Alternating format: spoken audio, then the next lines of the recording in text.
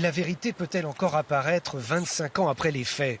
En arrivant au tribunal, le frère et la mère de Stéphane Dietrich ont déjà la réponse. Publiquement, ils n'attendent rien de celui qui a tué Stéphane de 11 coups de couteau et qui a laissé les enquêteurs errer pendant presque 20 ans.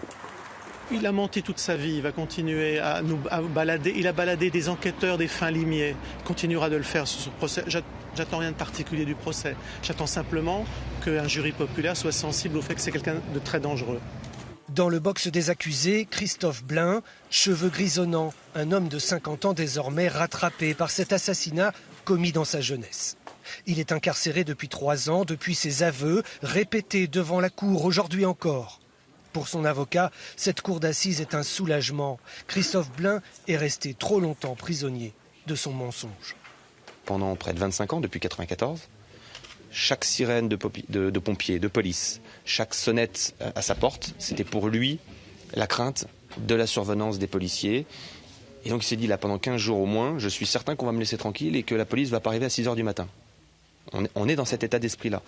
La famille de Stéphane Dietrich a toujours soupçonné Christophe Blain et soutient la thèse d'un crime crapuleux. Blain aurait tué par jalousie pour de l'argent.